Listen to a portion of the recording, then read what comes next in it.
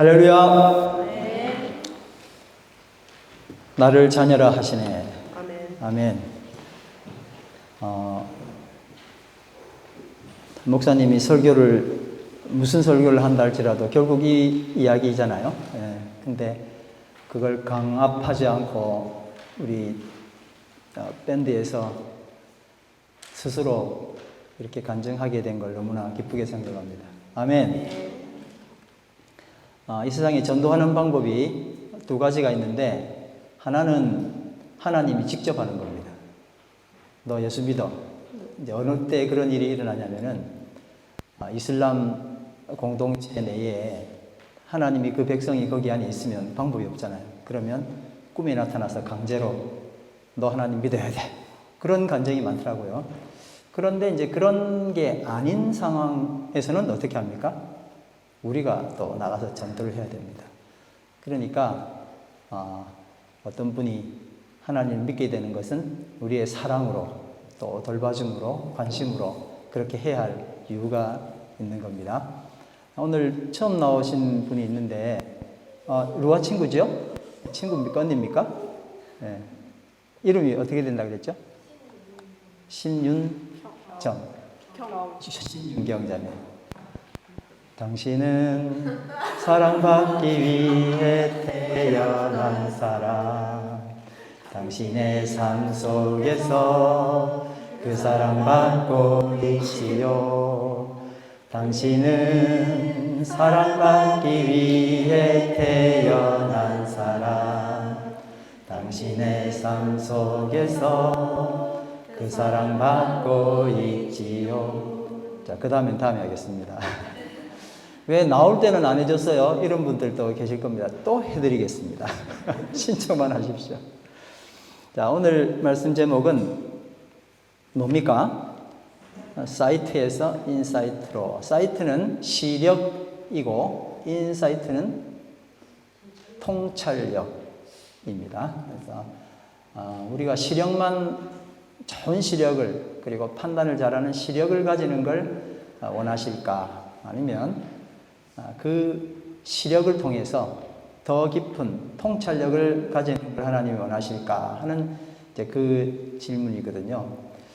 근데 이걸 어떻게 가질 수 있냐 하면은, 내가 하나님의 자녀다 하는 것을 아는 것과, 그리고 그 체험과 그런 경험을 하는 것과, 그렇지 않으면 그냥 하나님의 자녀, 쟤는 하나님의 자녀, 쟤는 하나님의 자녀인 게 맞는데 나는 맞긴 맞는데 사실 잘 모르겠어. 이런 상황에서 이걸 보면 사이트는 정확해지는데 인사이트가 별로 정확해지지 않는다. 그래서 오늘 우리 밴드에서 한 나를 자녀라 하시네. 이건 굉장히 중요한 기본 베이스입니다. 이걸 가지고 이제 한번 이야기를 좀 나누려고 합니다. 오늘 우리가 나누는 말씀은 신약 성경도 아니고 구약에 나오는 예레미야 이야기인데, 예레미야 하면 잘 아시는 분 같은데 누군지는 잘 모르겠고, 굳이 딱 물어보면 딱히 뭐라고 대답을 못 하겠잖아요. 이게 성경으로 따지면 이사야 다음 선지자입니다.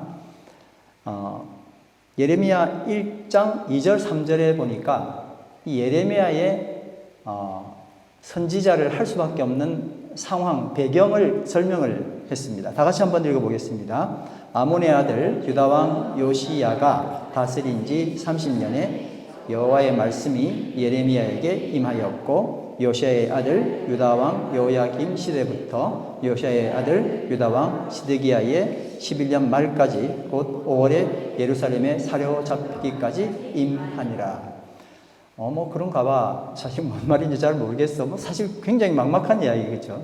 근데 이 이야기를 잘 아는 사람들은 가슴이 찢어지는 이야기인 겁니다.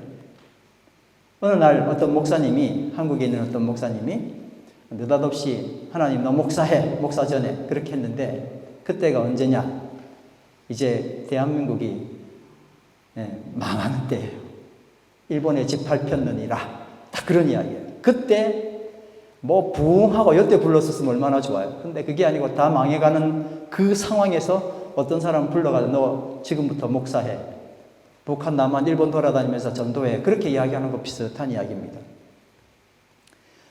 예레미야는 북쪽 이스라엘은 이미 멸망했습니다.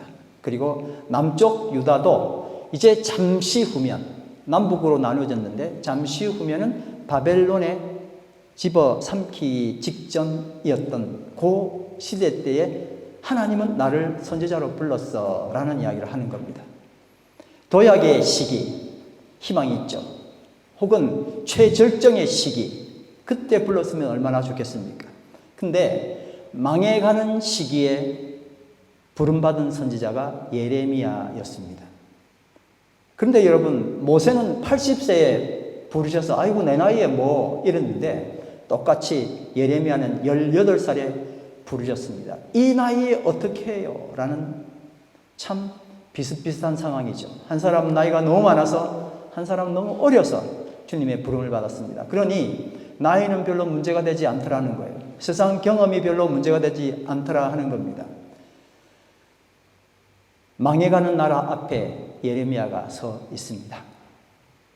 그런데 이 나라를 위해서 희망을 외치는 것이 아니라 좀 있으면 이 나라가 망한다고 외치라고 그랬어요.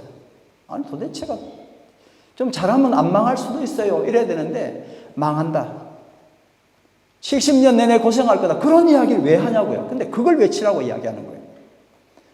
그리고 애굽에 기대서 그래도 뭔가를 얻기를 원하는 사람들에게 절대 그렇게 하지 말라. 어디에 기대라고요? 침략할 바벨론에 기대라고. 그렇게 진짜 사람들이 일반적으로 생각하는 것과 전혀 관계없는 이야기를 그렇게 하시는 거예요. 그걸 줄기차게 선포했던 게 예레미야였습니다. 민심과는 전혀 상관없는 정말 남들이 볼 때 독불장군 같은 글을 그의 고향 아나돗이라고 1절에 설명했는데 고향 이미지를 실추시킨 사람이라고 해서 죽이겠다고 협박까지 받았습니다. 그래서 예수님이 마태복음 13장 51절 이렇게 내용 보면 선지자가 자기 고향에서 대접받지 못한다 그랬죠. 딴 데서는 다 대접받는데 고향에서는 대접받지 못해 라고 말했던 그 대표적 선지자가 예레미야였습니다. 이것이 18살 청년 예레미야가 부르심을 받을 때 상황입니다. 믿음이가 지금 몇 살이죠? 좀 있으면 이제 부름 받겠네. 그냥 이 나이인 거예요. 성령이 믿음이 나이예요. 이때 진짜 아무 생각 없는데 와가지고 너 선지자해. 그러면 아유 감사합니다. 제가 기다렸던 거예요. 그렇게 할 사람이 어디 있겠어요. 더군다나 힘들어 죽겠는 이런 나라 상황이에요. 예레미야 하면 우리는 눈물의 선지자, 열정의 선지자, 거의 모든 삶을 감옥에서 보낸 선지자, 고통의 선지자. 잘 아는 성경은 예레미야 애가, 사랑의 자가 아니고 슬플 애자입니다. 예레미야는 눈물의 노래를 불렀습니다. 이 선지자의 사명이 얼마나 고통스러운지 여러분 선지자로 탁 서면 폼 좀 잡고 이래야 되는데 여러분 그러면 안 됩니다. 여러분 바로 끌어내렸어요. 너 당장 내려와. 정말 대접받지도 못하는 그런 상황의 선지자가 예레미야였거든요. 그런데 그는 또 계속 외치는 거예요. 외치면 잡혀가고 외치면 핍박당하는데 외쳤습니다. 그래가지고 나 이제 안 하고 싶어. 나 더 이상 이거 싫어. 그러는데 예레미야 20장 9절 말씀에 이렇게 고백합니다. 다 같이 한번 읽어볼까요? 내가 다시는 여호와를 선포하지 아니하며 그의 이름으로 말하지 아니하리라 하면 나의 마음이 불붙는 것 같아서 골수에 사무치니 답답하여 견딜 수 없나이다. 정말 나 그만할 거야 라고 하는 그 마음이 오히려 더 게으른 거예요. 나 다시 또 외쳐야 돼. 도대체 하나님과 예레미야의 두 분 관계에 어떤 게 있었으면 이렇게 예레미야는 소리를 치지 않고서는 견딜 수 없는 사람이 됐을까? 나라가 강대국에 침략당해서 국권이 풍전등화에 위기에 처해 있는 순간에 하나님은 대를 이어간 이사야와 같은 선지자를 다시 세워야 했습니다. 그렇죠? 이제 이사야라는 선지자가 있고 그 다음에 이제 다음 세대로 누군가가 서야 되는데 그 세대는 역사상으로 망해가는 세대예요. 근데 그 사람을 하나 세워야 되는 거예요. 그 사명을 그대로 이어받은 한 사람. 그리고 그에게 사명을 주셔야 됐어요. 그런데 그 사람은 너무 어렸습니다. 18살. 아마 말도 꺼내기 전에 완강하게 거절할 것은 분명했습니다. 그래서 하나님께서는 예레미야에게 이렇게 말씀하셨습니다. 1장 5절 말씀 시작. 내가 너를 모태에서 짓기 전에 너를 알았고 내가 배에서 나오기 전에 너를 성별하였고 너를 여러 나라의 선지자로 세웠노라. 다시 말하면 너를 대타로 느닷없이 사고가 나서 세운 게 아니라 이미 결정했다. 그렇게 이야기하는 거예요. 그러니까 너는 선지자야 라고 이야기하시는 거예요. 네가 어쩌다가 된 게 아니고 쟤 괜찮네 이게 아니라 처음부터 세워두었다. 이렇게 확신을 주는 거예요. 예레미야가 이 말을 듣고 그렇죠. 나 그럴 줄 알았어요. 이러지 않았어요. 6절 말씀 뭐라고 되어 있습니까? 다 같이 시작. 슬프도소이다 주 여호와여 보소서 나는 아이라 말할 줄 알지 못하나이다. 이렇게 예쁘게는 썼지만 못한다 소리입니다. 하나님께서 나에게 무슨 말씀으로 정말 무슨 이야기로 나를 설득하신다 할지라도 하나님 나는 그 일하기에 부적절한 사람입니다. 적격자가 아닙니다. 그렇게 말한 겁니다. 사명을 거부하던 모세가 떠오르지 않습니까? 이런 예레미야의 반응에 하나님은 어떻게 하셔야 되겠습니까? 하나님은요, 너 해! 강제도 하시지만 정말 또 물어보시고 그 사람이 그렇게 할 수 있는 동기를 유발시키는 그런 일들을 하시잖아요. 그러니까 이제 아주 젠틀하게 그러나 굉장히 강력한 한 방을 준비를 하셔야 돼요. 자, 모세에게는 어떻게 했습니까? 안 한다 그러니까 너 지팡이 한번 던져봐. 그래가지고 지팡이가 뭐가 됐어요? 네, 뱀이 됐잖아요. 그렇죠? 그런 거라도 너 손을 여기다가 넣어봐. 너가 탁 뺐더니 어떻게 됐어요? 네, 문둥병이 발했어요. 그런 거라도 예레미야에게 해 주시면 예레미야가 보고 모세는 그래도 사실 거부했어요. 그렇죠? 근데 예레미야도 그런 걸 좀 보여주셔야 강력한 한 방이잖아요. 근데 그 강력한 한 방이 굉장히 이상합니다. 초자연적, 이적 그런 게 아니라 정말 우리가 보기에도 엉뚱한 이벤트 이걸 주신 거예요. 그게 예레미야 1장 11절 12절 말씀입니다. 여러분 이게 임팩트가 있는지 한번 다 같이 읽어보겠습니다. 시작. 여호와의 말씀이 또 내게 임하니라 이르시되 예레미야야 내가 무엇을 보느냐 하시매 내가 대답하되 내가 살구나무를 가지를 보나이다. 여호와께서 내게 이르시되 내가 잘 보았도다. 이는 내가 내 말을 지켜 그대로 이루려 함이라 하시니라. 여러분 이게 끝이에요. 이 말을 듣고 예레미야가 나 이 사명대로 갈 거야 그랬단 말이에요. 여러분 뭘 봐? 그랬더니 살구나무 보는데요. 그래 내가 말을 지킬 거야. 야 18살 먹은 사람이 그 말 듣고 주여 진짜 이건 좀 대단한 말씀이네요.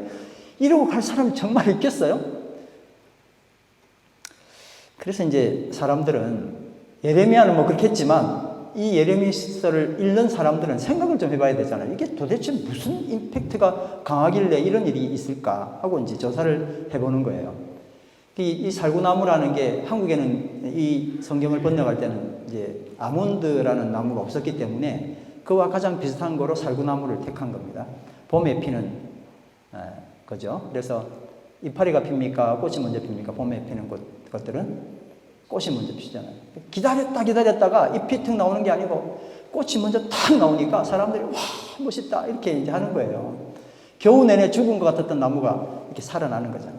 근데 이 아몬드 나무가 히브리어로 H라고 번역되어 있는 H8247 이게 히브리어 단어의 번호입니다. 고유 번호. 이게 샤케드라고 되어 있는데 이게 12절 말씀에 지키다라는 말 어근이 똑같아요. 이게 쇼케드 좀 다른 차이고 똑같은 어근이에요. 그러니까 네가 아몬드 나무를 보는 거야? 내가 너를 지킬 거야. 그 말씀을 한 거예요. 그러니까 이제 이거에 아주 확대돼 가지고 이게 언어를 우리가 잘 알아듣는 거죠. 그래. 살구나무를 봤니? 그래. 내가 너를 지킬 거야. 이 말 듣고 예레미야가 야 하나님 세상에 이 쇼케드를 이렇게 말씀하셨구나. 이렇게 임팩트를 받아들이기에는 뭔가 좀 이상하지 않습니까, 여러분?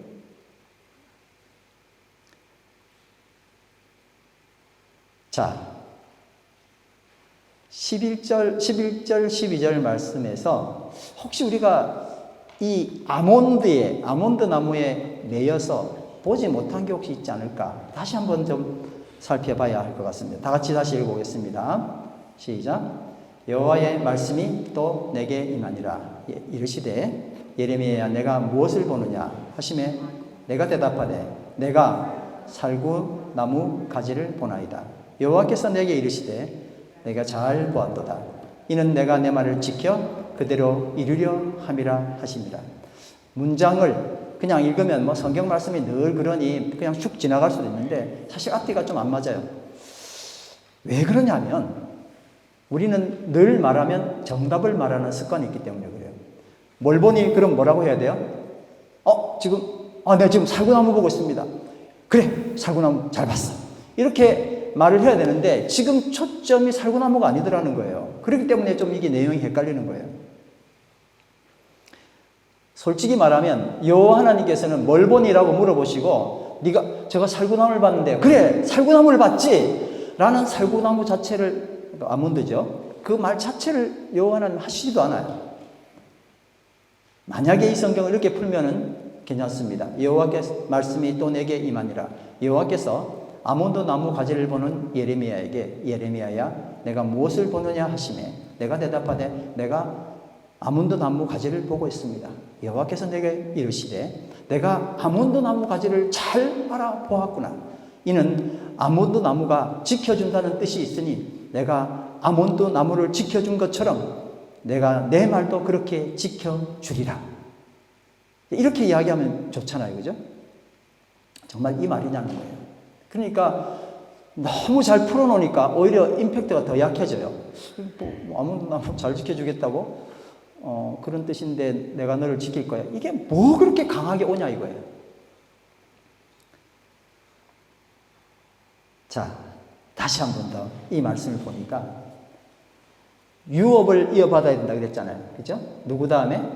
이사야 다음에. 정말 중요한 상황이에요. 그래서 그러나 하나님의 뜻을 그대로 이어받을 한 사람에게 이걸 넘겨줘야 될 정말 아주 괜찮은 너무나 멋진 이벤트이어야 됩니다. 하나님께서 예레미야에게 물으셨습니다. 내가 보는 것이 뭔 줄 아니? 너 지금 네가 보고 있는 게 뭔 줄 아니? 라고 물어보신 게 아니라 넌 뭘 보고 있니? 물어보신 거예요. 그거 아닙니까? 쉽죠? 다시 한번 해볼게요. 내가 지금 보는 그게 뭐니? 무엇에 초점이 있는 게 아니라 널 지금 뭘 보고 있니? CSEE, C에 초점이 있다는 겁니다. 이 질문이 전혀 다른 질문입니까? 별 차이가 없습니까? 지금도 왔다 갔다 하실 거예요. 그럼 그게 그거 아니야? 예를 들면 어떤 자녀가 야한 동영상을 보고 있습니다. 부모님이 묻습니다. 너 뭘 보고 있는 거니? 물었어요. 부모가 그 야한 동영상이 궁금해가지고 네가 보는 걸 나한테 가르쳐줘 그런 뜻입니까? 아니면 너 뭐 보는 거야? 네 눈이 지금 어디로 가 있는 거야? 물어보는 거예요. 1번입니까? 2번입니까? 부모가 궁금해 죽겠어. 그러니까 네 보는 거 나한테 가르쳐줘. 그게 아니잖아요. 그렇죠? 너 뭐 보고 있는 거야? 라고 물어보고 내 눈이 지금 어디로 가 있는 거야? 라고 물어보는 거죠. 맞죠? 하나님께서 예레미야에게 궁금하신 것은 예레미야가 보는 그 물건이 아닙니다. 예레미야의 눈이 궁금한 겁니다. 아버지가 가업을 이어줘야 할 어린 아들의 손을 잡고 비장한 심정으로 시장을 돌아다닙니다. 아들에게 뭔가를 이야기해주고 이 유업을 이어받도록 해야 되는데 이 아들이 적격인가? 그게 아니면 정말 이 아이에게 물려주면 안 되는 건가? 그냥 가업을 포기해야 되는가? 아이를 데리고 돌아다닙니다. 근데 이 아들이 점포 주인과 손님이 실랑이를 벌이고 있는 가게 앞에 멈춰서서 움직이지 않고 뭔가에 집중하고 있습니다. 드디어 때가 왔구나. 아버지가 물어보겠죠. 아들아, 뭘 보고 있니? 근데 그 아들이 저 사람 싸우는 거 보고 있는데요. 아들은 준비가 안 됐으니까, 그렇죠? 근데 그 아들이 뭐라고 대답하면 이 부모가 야, 네가 진짜 내 유업을 이어받을 수 있구나 라고 이야기하겠어요. 뭐라고 이야기하면 좋겠어요, 여러분? 뭐 보고 있니? 그러는데 싸움하는 거 보고 있는데요 라고 해야 됩니까? 아들은 준비가 안 됐어요. 그런데 이제 아들이 뭔가 말을 해야 돼요. 무슨 말을 하면 아버지가 그래, 이제 됐다 이렇게 하겠습니까, 여러분? 아들아, 뭘 보고 있니? 정말 중요한 질문인 겁니다. 아버지가 가업을 이어받아야 할 어린 아들에게 넌 뭘 보고 있니? 이 질문을 해야 하는 절대적인 이유가 뭘까요? 1597년 일본 침략에 의한 정류 재란이 있었습니다. 여러분 임진왜란 아시죠? 그 다음에 그래서 임진왜란을 도기전쟁이라고 그랬대요. 도자기 전쟁. 1000도에 대한 온도를 올릴 수 있는 기술이 일본에 없었기 때문에 이 도자기를 잘 굽는 사람을 데리고 간 거예요. 그때 끌려간 도공 중에 성이 심씨고요. 심당길이라는 분이 있었습니다. 이분이 일본에 끌려가서, 여러분 일본에 끌려갔는데 뭐 대접도 해줬겠지만 얼마나 많은 핍박이 있었겠어요. 그리고 그걸 유지하기 위해서 내려왔는데 14대를 내려온 거예요. 지금 현재 16대의 이분이 이번에 대통령이 일본에 갔을 때 그걸 또 선물로 주는 걸 또 제가 봤거든요. 그러니까 굉장히 일본에서는 이 한국분이 여기 왔다는 것 자체에 대해서 중요하게 생각하고 독일을 전 세계의 가장 유명한 독일로 만들었던 이제 이 집안이 된 거예요. 14대 후손이 심수관인데 이 사람이 어떻게 420년간 기업의 명맥을 유지해 왔는지를 한 강연장에서 이렇게 이야기를 했습니다. 어린 시절 아버지와 이런 일이 있었습니다. 초등학교 입학식을 마치고 돌아왔을 때, 그러니까 여러분 이거는 너무 어린 이야기잖아요. 그런데도 가능한 이야기예요. 큰 성인이 되어서 했던 게 아니고 초등학교 입학식이 끝나고 돌아왔는데 아버지께서 자신을 작업실로 부르셨습니다. 작업실로 가자 아버지께서 도자기를 빚는 물레 위에, 돌리는 물레 위에 진흙 한 덩어리를 턱 던져놓고는 그 가운데다가 바늘을 꽂았습니다. 그리고 물레를 돌리면서 자신의 아들, 그에게 물어보신 거예요. 아들아, 내 눈에는 무엇이 보이느냐? 정말 중요한 질문을 한 거죠, 아빠는. 그렇죠? 아들은 아무 생각 없이 대답할 수 있습니다. 이 아들이 아버지, 돌아가는 물레의 중심에 꽂힌 움직이지 않는 바늘이 보입니다 라고 대답을 했답니다. 이 아들이 자격이 있는 아들이 된 거죠. 아버지가 잘 보았다. 너무 기쁜 거예요. 잘 보았다. 물레는 돌아가지만 중심에 있는 바늘은 움직이지 않는다. 이것이 앞으로 네가 추구해야 될 중심이다. 그리고 그가 14대, 15대, 16대까지 또 이어준 겁니다. 절체절명의 상황에서 가업, 유업을 이어가야 함에도 경험이 너무나 일천한 아이에게 그 아버지가 줄 수 있는 것은 하나하나 가리키며 이게 뭔 줄 알아? 이게 뭔 줄 알아? 언제 그걸 다 하겠냐고요. 네가 보고 있는 이게 뭐야? 라고 그 무엇을 물어본 것이 아니라 지금 너는 뭐가 보이냐고 물어본 거예요. 그리고 그것은 왓이 아니라 씨였습니다. 왓의 내용이 아니라 씨, 바라볼 수 있는 힘이었습니다. 아버지가 아들에게 바라는 것은 아들이 바늘을 보는 게 아니었어요. 빠르게 움직이고 쉽게 변질되는 주변 것들 가운데서 절대 변하지 않는 중심을 보는 눈, 그걸 네가 가졌냐고 그 아들에게 그 대답을 듣고 싶었던 거예요. 정답을 알고 말하면 소용없습니다. 그렇죠? 그가 그걸 본 거예요. 바늘 본 게 아니라 움직이지 않는 걸 본 거예요. 거기에 바늘 아니라 다른 것이 꽂혀 있어도 걔는 뭘 말해야 돼요? 나는 바늘만 봤어. 할 수 없고 꽂힌 개를 봐야죠. 움직이지 않는 걸 봐야 된다는 거예요. 계절에 따라서 변하는 꽃과 나무들, 그리고 열매들 때문에 왈가왈부 열받고 싸우며 살아가는 우리에게, 그리고 이 예레미야에게 이래도 되겠습니까? 하나님. 열매는 다 떨어져 나가고 그냥 계속되는 겨울인데 어쩌면 좋습니까? 하나님, 이라고 말할 줄 알았는데 그 고통스러운 순간에 예레미야는 아몬드 가지를 보고 있었어요.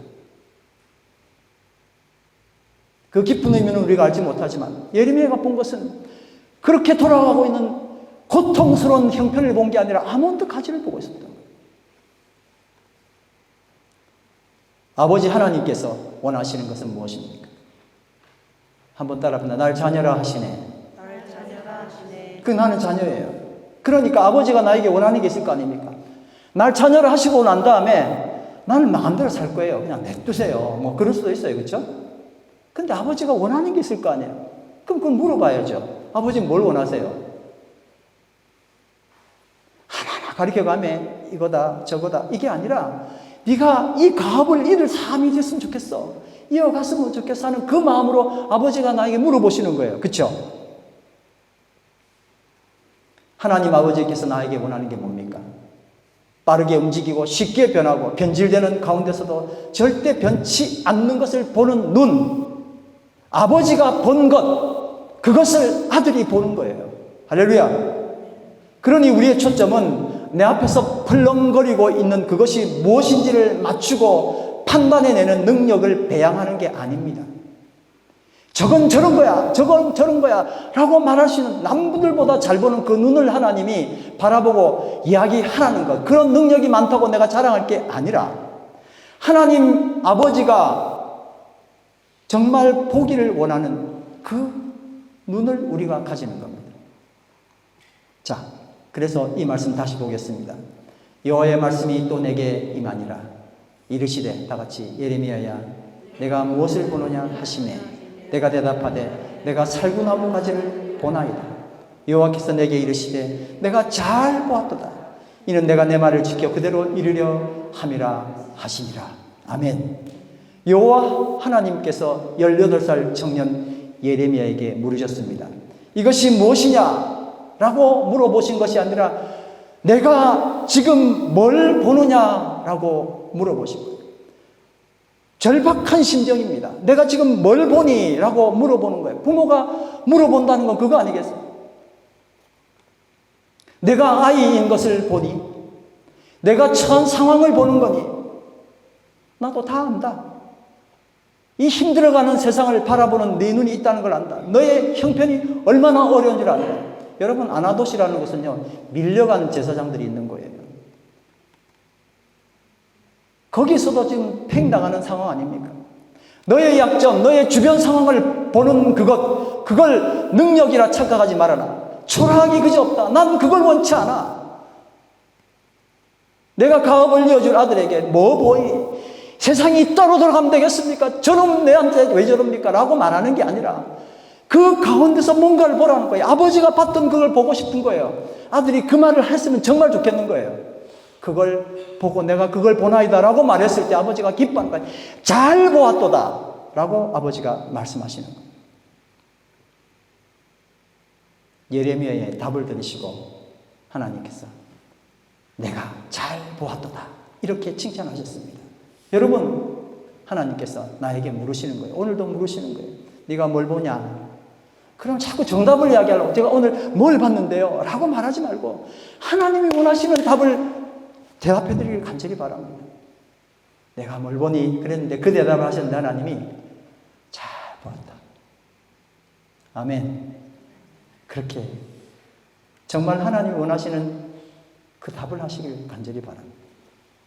그러니까 아무리 어른이라도 아무리 달변가라도 보아야 할 것을 보지 못하면 그냥 쓸모없는 것들을 미사여구 아무리 잘 넣어서 읊어낸다 할지라도 정말 여러분 무슨 의미가 있습니까?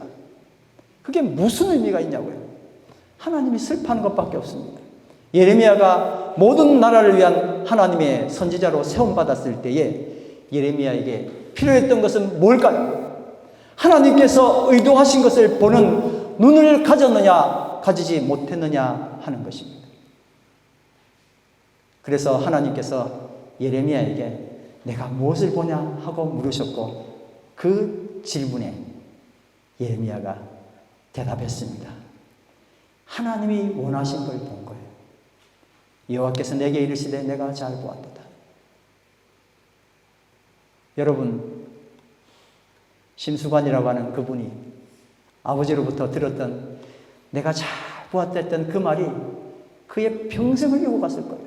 그리고 그의 세대, 그 다음 세대, 그 다음 세대까지 이어가는, 도공으로서 이어가는 최고의 것이었을 겁니다. 여러분, 그렇지 않습니까?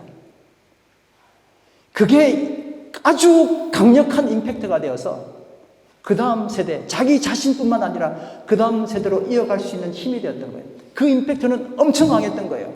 강연회 때 아버지가 사실은 이러면서 뭐 나한테 재산 물려줬다는데, 그런 이야기는 누구 귀에 들려올까요? 너 뭘 보니? 움직이지 않는 그 물레에서 움직이지 않는 바늘, 그게 보입니다. 너무 기쁜 거예요. 아버지가 그걸 봤구나. 아버지와 정말 이벤트로 치면 아무것도 아니에요. 그런데 아버지와 아들 간의 그것 때문에 정말 강력한 임팩트가 그 삶을 지배했던 것처럼 예레미야에게 뭘 보니? 주님, 살구나무 가지를 봅니다. 내가 이렇게 어려운 형편 가운데서 뭐 그런 이야기를 하지 않았어요. 살구나무 가지를 봅니다. 너무 잘했다. 이게 두 사람 간에 정말 불꽃 튀기는 역사가 일어나게 된 겁니다. 예레미야는 청년의 시기인 18살 때 부름받았습니다. 80세에 부름받은 모세에 비하면 말씀에는 일천한 사람일 수 있습니다. 그런데 아무리 말씀을 많이 들었고 그랬다 할지라도 정작 쓸모없습니다. 오히려 방해가 됩니다. 왜 그럴까요? 예레미야 1장 4절 말씀 다 같이 읽습니다. 여호와의 말씀이 내게 임하니라. 1장 11절 말씀 여호와의 말씀이 또 내게 임하니라. 14절 말씀 여호와의 말씀이 다시 내게 임하니라. 아멘. 우리에게 있어서 가장 큰 문제는 내가 말씀을 받는 겁니다. 무슨 말씀이세요? 내가 말씀을 받는 것과 여호와의 말씀이 내게 임한 것의 차이점이 뭘까요?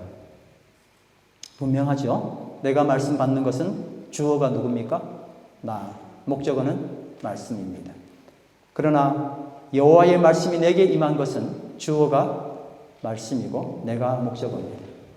주어가 나이고 말씀이 목적어일 때 모세는 의기양양해서 의도하지 않은 살인까지 하게 되었습니다.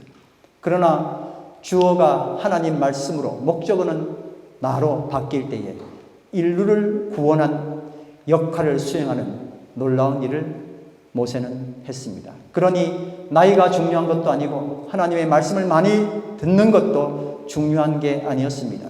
최고로 중요한 것은 내 삶에서 여호와의 말씀이 주어가 되어야 하고 나는 목적어가 되어야 한다는 것입니다. 무슨 말일까요? 그 말씀이 나를 쪼개는 거예요. 내가 말씀을 쪼개면 뭐든지 일은 꼬이게 됐습니다. 말씀해 보니 이래! 라고 이야기를 한다 한들 내가 말씀을 분석하는 것이 아니라 말씀이 나를 분석하도록 해야 합니다. 목사는 여기에 빠지기가 굉장히 쉽습니다. 말씀을 내가 분석해야 되잖아요. 그렇게 하지 않으려고 노력을 해야 되는 거죠.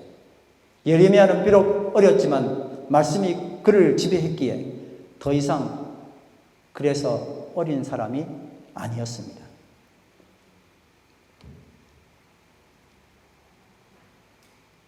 읽은 책이 얼마나 많은가가 중요하지 않다.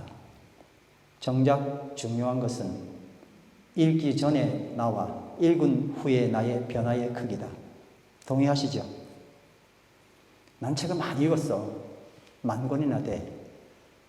그런데 뭐 별로 변화가 없는데 책장의 변화는 있겠죠. 많이.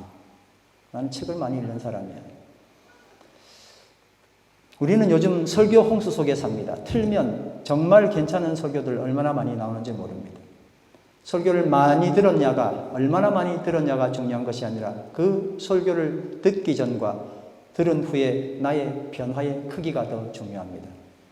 얼마나 자주 예배를 드렸는가, 얼마나 내가 예배 시간을 빠지지 않았는가, 이게 중요한 게 아니라 예배 드리기 전과 예배 드린 후에 나의 변화의 차이입니다.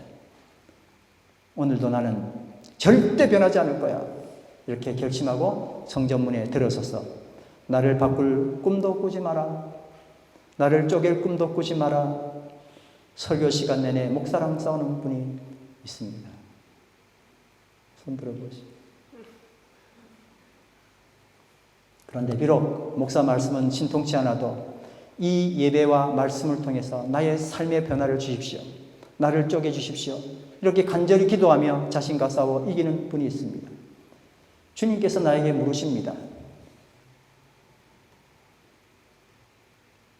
따라합니다. 주님께서 나에게 물으십니다. 주님께서 나에게 물으십니다. 아니, 주님께서 저 인간에게 물으시면 좋은데 나에게 물으신다니까. 저 인간에게 물어본 적은 없어요. 주님은 항상 나에게 물어보세요. 저 인간이 변해야 되는데 그런 일은 점처럼 일어나지 않습니다. 설교하는 당사자 저 자신에게 주님께서는 물어보시는 거예요. 오늘 아침에도 또 생각을 해봤어요. 이 설교를 하는 나는 지금 어떻게 변화가 되는가 하고 물어보는 겁니다. 주님께서 나에게 물으십니다. 저 인간에게서 무엇을 보느냐?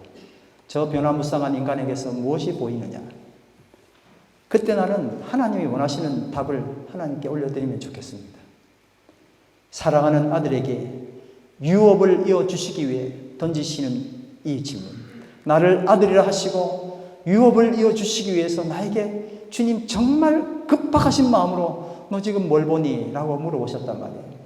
근데 저 인간이 말이 이렇게 하는 게 아니라, 변화무쌍한 그놈의 실태를 하나하나 고발하는 것이 아니라, 그럼에도 전혀 변하지 아니하는 그의 하나님께서 마련하신 미래, 할렐루야, 하나님께서 역시 그도 당신의 자녀로 받으셨다는 그 사실을 실토하기를 간절히 바랍니다. 그때 나를 미워하던 그 사람도 나에게서 결코 변하지 않고 변할 수 없는 하나님이 마련하신 나의 미래, 나를 받으신 하나님의 은혜를 보게 될 것입니다. 우리 운영위원회에 계신 이제 분들이 뭐 이래라 저래라 이렇게 하는 것보다는 매일 기도하자. 그래서 이제 9시에 기도 드립니다. 다른 분들도 참여하면 좋지만 이제 이걸 우리가 바탕으로 하면 좋겠다고 운영위원회에 계시는 분들이 9시마다 기도를 하고 있어요. 다들 기도하시지만 이제 합심해서 기도하는 거예요. 저는 그 시간에 이제 기도를 드리면 하나님 뭐 그 사람 이렇게 하게 해주시고 저렇게 하게 해주시고 그게 너무 부담스러워요. 그래서 전에도 말씀드렸지만 어떤 기도를 드리면 하나님 그분에게서 하나님의 뜻이 이루어지기를 간절히 바랍니다. 변치 아니하시고 하나님이 역사하셨고 그리고 그의 미래를 위하여 하나님 세우신 그 계획이 저분에게서 일어나기를 간절히 바랍니다. 이러면요 속도 시원하고 기분이 너무 좋아요. 기도하기가 너무너무 좋아요. 근데 뭐 또 그 사람 오늘 또 이따로 살면 안 되는데 뭐 이런 기도가 또 마음이 아파. 그래서 참 좋은 기도가 뭔가 했더니 그분에게서 뭘 보느냐는 거예요. 네. 뭐 보이는 건 많이 있지만 딴 사람도 저를 그렇게 볼 거 아닙니까? 그렇죠? 그러니 나는 또 그 사람들이 나를 그렇게 안 보고 나의 미래를 하나님 마련하신 그 미래를 보고 나를 판단하면 좋겠는데 또 나는 또 그렇게 안 하면서 말이죠. 기도를 하는 거예요. 하나님, 저분에게서 하나님의 역사가 일어나길 바랍니다. 하나님이 자녀를 하셨기 때문에 하나님 책임지시는 저 사람에게 그가 넘어지든 그가 일어나든 네가 왜 상관하냐 그랬잖아. 지난주 우리 로마서 우리 예배드리면서 그 설교 말씀 들었죠. 그 주인이 그가 넘어지든 그가 일어나든 주인이 알아서 할 일인데 왜 제3자가 가서 저 사람 넘어졌는지 뭐 넘어졌는지 콕 하고 박혔는지 왜 그런 이야기 왜 하냐 이거예요. 주인의 소관이다. 주인이 일으키실 것이다. 너는 판단하지 마라. 그렇게 로마서에 말씀하셨어요. 하나님이 세우신 자를 그를 위해서 그가 일어날 수 있도록 기도하는 것 우리의 몫입니다. 매일매일 이어지는 말씀 큐티, 성경 통독, 그리고 매주 이어지는 성경 암송, 성경 필사, 우리 신앙생활에서 너무나 중요한 요소입니다. 제가 지금 이 성경 통독과 큐티 이야기 지금 벌써 한 달 내내 하고 있습니다. 하시는 분도 계시고 아직도 안 하시는 분 계신데, 목사님 저 이야기를 왜 할까 싶을 거예요. 짐에 또 하나 또 짐을 옮겨 놓으시니까 그냥 살기도 힘든데 뭐 성경 통독을 또 해야 됩니까? 그런데 이런 것들이 다 신앙생활에서 중요하지만 더 중요한 것은 내가 말씀을 뽑아서 받는 게 아니라, 성경 통독은 범위가 나와 있어요. 그 때문에 내가 뽑아서 성경 보는 게 아니고 그 말씀을 읽는 거예요. 큐티도 마찬가지. 있는 말씀, 주님께서 주신 말씀을 내가 보는 거예요. 그런데 이걸 전부 다 뒤집어 가지고 내 거로 받아들인다 그러면서 자꾸 내 위주의 말씀을 쓰거든요. 근데 안 할 수 있는 방법이 뭐냐면, 성경 말씀을 읽고 큐티를 하면서 이게 나를 쪼개도록 해야 되는 거예요. 내 반성, 하나님 앞에서 내가 주여 아직도 나는 엉터리입니다. 틀렸습니다. 주님 나를 바꿔주시옵소서, 변화시켜 주시옵소서라고 기도해야 되는 거예요. 이게 진짜 힘이에요. 할렐루야. 내 위주의 말씀은 나를 세우고 주변을 쪼갭니다. 그러나 하나님 위주의 말씀은 나를 쪼개고 주변을, 제가 말씀 잘못 드렸네요. 내 위주의 말씀은 나를 세우고 주변을 쪼갭니다. 그러나 하나님 위주의 말씀은 나를 쪼개고 주변을 세우는 겁니다. 8월부터 목장 예배가 있습니다. 생각을 해봐요. 기대를 합니다. 어떤 분은 목장 예배부터 왜 드려? 어떤 분은 목장 예배 이제 내가 드디어 시작하는구나, 좋게 생각할 수도 있습니다. 그런데 그 모든 것을 다 뿌리치고 하나가 되어야 될 게 뭐냐면, 목장 예배가 시작되면서 누군가를 바꿀 생각으로 목장 예배 드리면 그건 고통입니다. 그런데 역설적이게도 내가 바뀌면 거기는 천국이 됩니다. 할렐루야. 따라합니다. 내가 바뀌면 천국이 된다. 금주의 암송 말씀, 예레미야 1장 11절 말씀 다 같이 읽겠습니다. 시작. 여호와의 말씀이 또 내게 임하니라. 이르시되 예레미야야 내가 무엇을 보느냐? 대답하되 내가 살구나무 가지를 보나이다. 여러분 이제 이번 주 또 이걸 암송하실 거잖아요. 생각이 나실 거예요. 여호와의 말씀이 또 내게 임하니라. 이 말씀이 탁 왔으면 좋겠습니다. 뭘 보느냐에 관심이 있었으면 좋겠습니다. 그 역사가 이번 한 주간도 우리를 흥분하게 하고 역사하게 되길 간절히 바랍니다. 다 같이 일어나셔서 찬양드립니다. 난 지극히 작은 자, 죄인 중에 괴수입니다. 그러나 나를 부르셔서 하나님 당신의 십자가를 정케 하시니 감사합니다. 찬양합니다.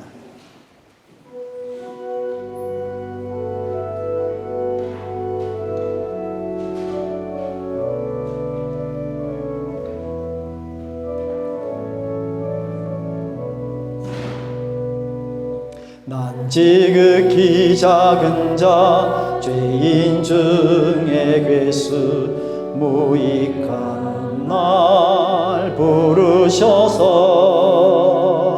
간절한 기대와 소망 부끄럽지 않게 십자가 전케 하셨네.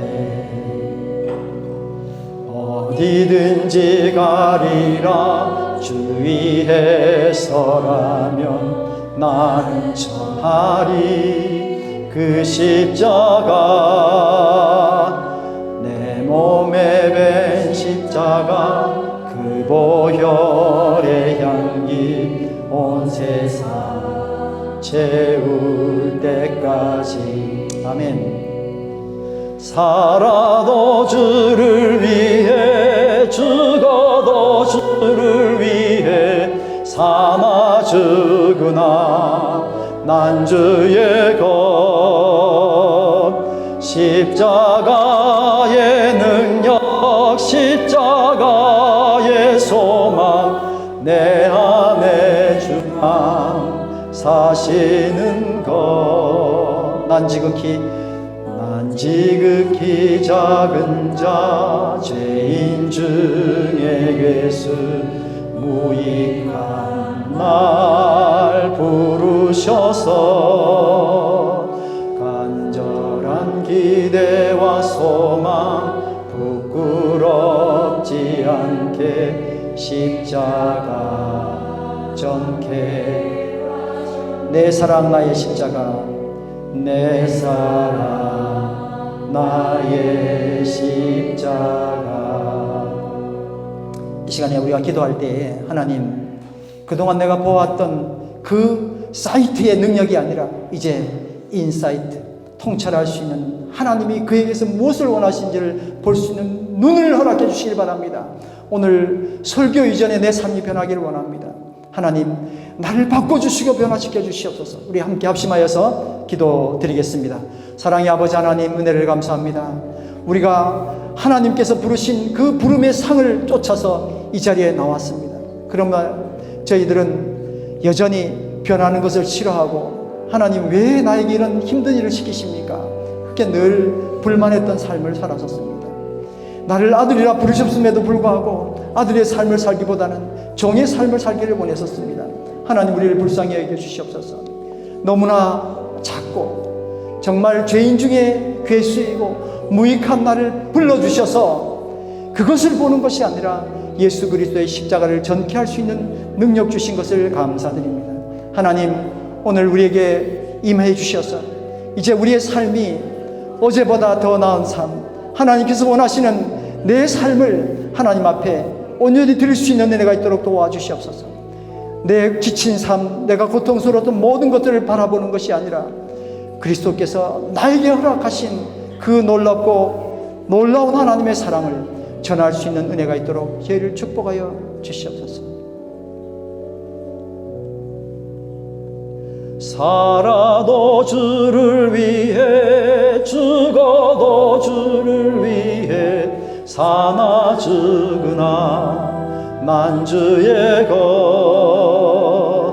십자가의 능력, 십자가의 소망, 내 안에 주만 사시는 것.